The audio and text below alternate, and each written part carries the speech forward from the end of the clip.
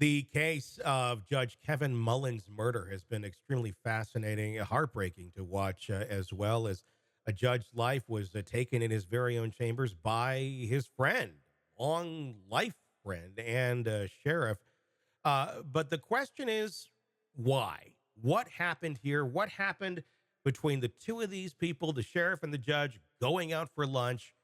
And then eventually getting into an altercation in his office on camera that ultimately ended his life. There is a lot of question about what was going on in the days leading up to this event. The potential motive in the case involving Letcher County Sheriff Shawn Mickey Stines and the late District Judge Kevin Mullins, linked to that prior lawsuit alleging misconduct within the sheriff's office back in 2022. A federal lawsuit filed against Sheriff Stines and Deputy Ben Fields, accusing Fields of coercing a woman into unwanted sexual acts within Judge Mullins' chambers. Lawsuit also claimed that Sheriff Stines failed to properly train and supervise Deputy Fields. 3 days before the fatal shooting on September 19th of this very year, Sheriff Stines was deposed in a connection with the lawsuit. During that deposition, he reportedly exhibited subdued, tense, and evasive behavior, which seemed a little bit out of character for him. Joining me to discuss, Eric Faddis, defense attorney, former prosecutor.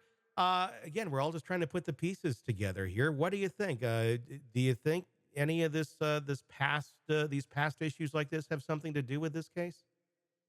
A sheriff doesn't go into his buddy, a judge's chambers, and just open fire for no reason at all. There's surely something going on behind the scenes, and I think those events you alluded to, a lot of people are thinking, hey, that must have factored in to some degree.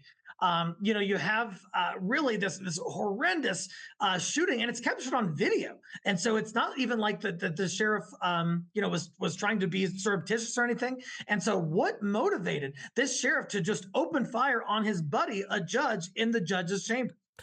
There's so many questions here. Of course, in the video we saw Judge Steins on bringing out his phone. There was some talk of it being a picture of his daughter on there, calling the daughter of the sheriff, and then shortly thereafter, the shots being fired. Again, that seems to be somewhat of a key piece in this, and of course, everyone's mind goes to: is there some sort of inappropriate relationship going on here? We don't know. We have no evidence of any of that right now. But there clearly was some sort of very uh, harsh, motivating event that would have caused someone to go down this road.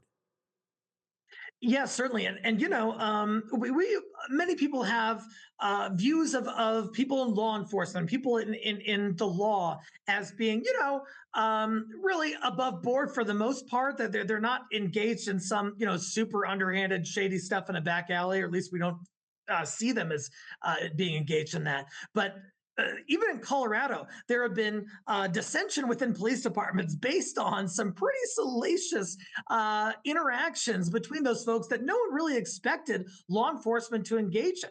And so, I mean, really anything's possible.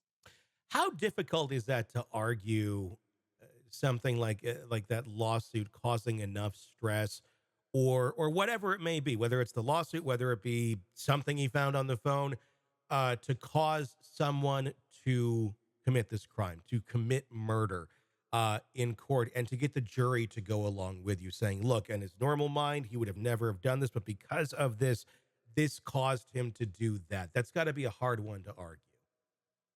Certainly a hard sell. There are kind of multiple levels that a defense attorney could argue. One is not guilty by reason of insanity, that the sheriff was so beside himself he didn't know right from wrong. A lesser argument, but would still be beneficial, is like this was a heat of passion thing, or he had some impaired mental condition, those sorts of things. And I think you really have to buttress it with talking about how traumatic law enforcement life can be. We don't always talk about how those folks don't always get the best support. They don't always have the best resources to speak out about what's troubling them, and sometimes they act out in crazy and egregious and dangerous ways, and that's kind of what we're seeing here. Were you surprised that the death penalty is kind of being thrown out there on the table already on this, considering the other thing that the prosecution is saying is that this was basically a crime of passion in some way, shape, or form, and then to have the death penalty thrown in there so quickly. I think it was way too premature to even consider that. We're talking death penalty. Usually, we're thinking serial killers. We're thinking people who are killing children, Hmm. people who are torturing people. This appears just to be kind of a run of the mill is the wrong term, but a rather average interpersonal relationship that just truly unraveled into this horrible killing. But that doesn't really strike me as like, oh, this is qualified for the death penalty. Hmm. Yeah, there just seems to be not enough information yet to even go down that road.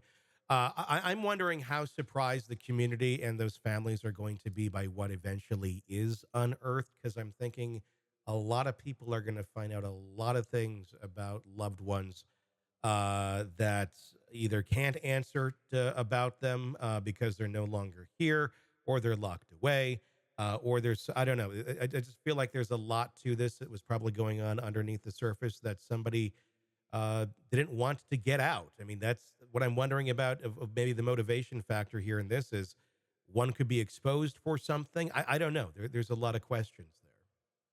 Oh yeah, I mean certainly some revelations could come to light. Again, it reminds me of a situation with the police department in Colorado where I practice, where there was dissension in the police department, and then it really began to unravel, and there were accusations here and there.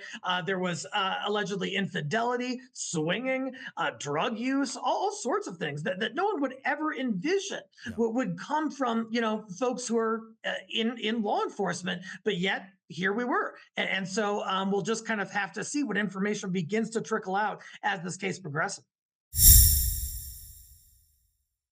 Hey, thanks for checking out the video. Be sure to follow us wherever you download podcasts, and especially Apple Podcasts, where you can get advanced episode and premium content on our premium channel right there. Also, be sure to follow us on social media so you don't miss any breaking updates on the stories that matter to you most. We're on TikTok, X, Instagram, Facebook. Just search Hidden Killers Podcast with Tony Bruschi, and you'll find us right there. Again, thanks for watching.